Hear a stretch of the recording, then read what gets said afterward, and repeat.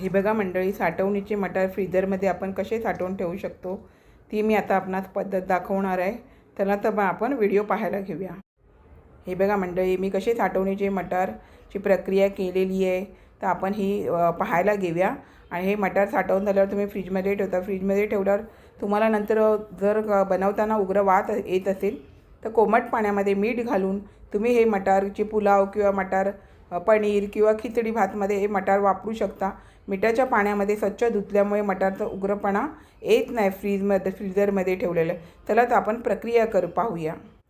आता हे बघा मंडळी, मी 5 किलो मटार सोलून घेतलेले आहेत. आता हे मटार मध्ये जे बारीक दाणे असतात, थोडेसे खराब दाणे असतात, ते आपल्याला काढून घ्यायचे. ते आपल्याला साठवणीच्या मटारमध्ये ते ठेवायचे. त्याच्यामुळे काय माहिती, इतर मटार खराब होतात. तर आता आपण याला ही पुढची प्रक्रिया करायची आहे. त्यासाठी ह्यातले मी बघा सगळे बारीक बारीक बाजूला वेगळे काढून ठेवलेले आणि जे खराब असतात त्यातले काढून टाकलेले आहेत. आणि आता आपल्याला हे बघा मी तुम्हाला दाखवते. आता आपल्याला पुढची प्रक्रिया करायला घ्यायची आहे. आता हे बघा, आपण पाणी गरम करत ठेवलेलं. आपल्याला जर वाटाण्याचा रंग हिरवागार ठेवण्यासाठी आपल्याला काय करायचं, त्यामध्ये मी 2 चमचे साखर घालून घेतली आहे. आता साखर व्यवस्थित विरघळल्याच्या नंतर आपल्याला यामध्ये थोडे थोडे करून मटार घालून घ्यायचे. एकदम घातले तर अंगावरती गरम पाणी उडण्याची शक्यता असते. त्यामुळे यामध्ये मी थोडे थोडे असे सर्व मटार घालून घेते. आणि अगदी 5 ते 4 मिनटं तरी तुम्ही ह्यामध्ये म्हणजे थोड्या उकळून घेतलात ना तरी चालेल. जास्त उकळी वगैरे काढून घ्यायची नाही, जास्त शिजवायचे नाही. एकदा पाणी तुमचं गरम झालं ना का त्यामध्ये जवळजवळ 5-1 मिनटं बस होऊन जातं. जास्त नका ठेवू, कारण जास्त शिजलेले मटार साठवणीला चांगले नसतात. त्यामुळे 5-1 मिनटं बस. आणि हे बघा, मी अगदी बारीक मटार असले असते ना तर वर उपेलेले असते, पण मी मटार व्यवस्थित शोधून असे व्यवस्थित घेतलेले आहे. त्याच्यामुळे मटार बघा किती छान आपल्याला मिळालेले आहेत. आणि असे मटार आपले साठवणीला खूप चांगले राहतात. आता आपल्याला हे थंड पाण्यामध्ये घालून घ्यायचे. फ्रीजमधलं थंड पाणी किंवा बर्फाचं जे पाणी असतं ना त्यामध्ये आता हे आपल्याला मटार घालून घ्यायचे. आणि मटारचा रंग बघा, आपण साखर घातल्यामुळे कसा हिरवागार रंग येतो. आता आपल्याला हे बर्फाच्या पाण्यामध्ये मला घालून घ्यायचे. आता हे मी गरम गरमच आपल्याला असं हे बर्फाच्या पाण्यामध्ये घालून घ्यायचे. आता हे मी सर्व गरम गरम बर्फाच्या पाण्यात घालून घेते. हे बघा, आपल्याला आता हे जवळजवळ बर्फाच्या पाण्यामध्ये आपल्याला 2-1 मिनटं किंवा 5-1 मिनटं तुम्ही ठेवलात तरी चालेल. आणि मग चाळणीमध्ये काढून पाणी निथळण्यासाठी आपल्याला व्यवस्थित पाणी निथळून घ्यायचं आहे. त्याच्यामुळे चाळणीत काढून घ्यायचे. आणि हे बघा, तो आपण उकडून घेतलेले आणि असे दुसरे मटार साधे आपले कलर बघा हिरवा कसा आलेला आहे तो. आता आपल्याला हे कपड्यावरती निथळत ठेवायचे.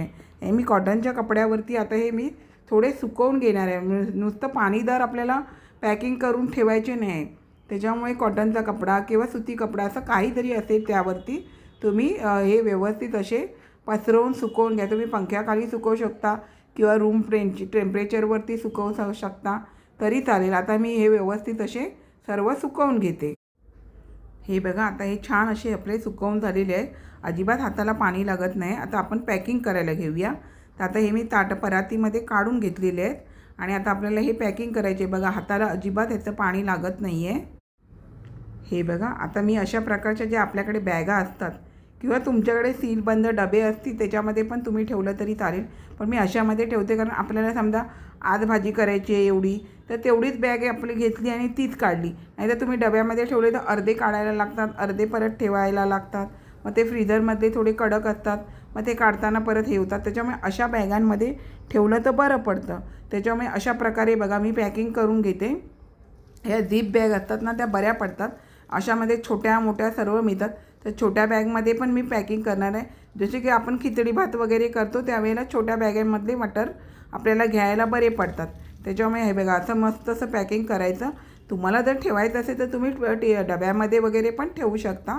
पण अशा जर बॅग मिळाल्या आणि तुम्ही ठेवलात तरी चालेल. आणि ह्यातली हवा काढून मग हे तुम्ही पॅक बंद करून ठेवायचे. म्हणजे हवा मोकळी म्हणजे हवा निघून गेली का तुम्हाला फ्रीजरमध्ये जागा पण ठेवायला छान.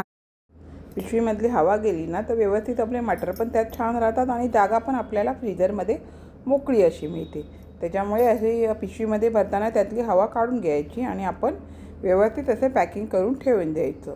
आता अशा प्रकारे मी हे मोठ्या पिशवीमध्ये पॅकिंग करून घेते. नंतर आपल्याला छोट्या पिशवीमध्ये पण पॅकिंग करून घ्यायचे आहेत. तर हे बघा अशा प्रकारे हे मी सर्व पॅकिंग करून घेणार आहे. तर आता हे मी पॅकिंग करते. हे बघा मंडळी, मी तुम्हाला मोठ्या बॅगेमध्ये पण पॅकिंग करून दाखवलं, छोट्या बॅगेमध्ये पण आताच पॅकिंग करून दाखवते, जेणेकरून तुम्ही खिचडी भात किंवा थोडासा पुलाव भात किंवा जराशी कोणती तरी भाजी करायची झाली तर छोट्या छोट्या पिशव्या तुम्हाला घेऊन तुम्हाला पटकन अशी भाजी करायला बरी पडते. मोठी भाजी जर जास्त भाजी करायची असेल तर मोठ्या बॅगांचा वापर करायचा असतो. त्याच्यामुळे छोट्या छोट्या पिशव्यांमध्ये भरलं ना तरी तुम्हाला खूप बरं पडून जातं. तर मी छोट्या पिशव्यांचा पण वापर करून असे हे सर्व पॅकिंग करून ठेवून देते, जेणेकरून आपल्याला वर्षभर असं थोडंसं वापरता येतं. जास्त काय मटार लागत नाही, थोडेसे मटार बस होत. हे बघा मंडळी, साठवणीचे मटार मी तुम्हाला कशी प्रक्रिया करतात ते करून दाखवलेलं आहे. अशाच नवनवीन रेसिपी किंवा इतर व्हिडिओसहित मी आपणास कायम भेटतच असते. आपण माझ्या चॅनलला लाईक, शेअर, सबस्क्राईब, हाईप करायला विसरू नका. चला तर आता इथेच थांबते. मस्त खा, स्वस्थ राहा. आपण माझे व्हिडिओ पूर्ण पाहता त्याबद्दल मनापासून खूप खूप धन्यवाद.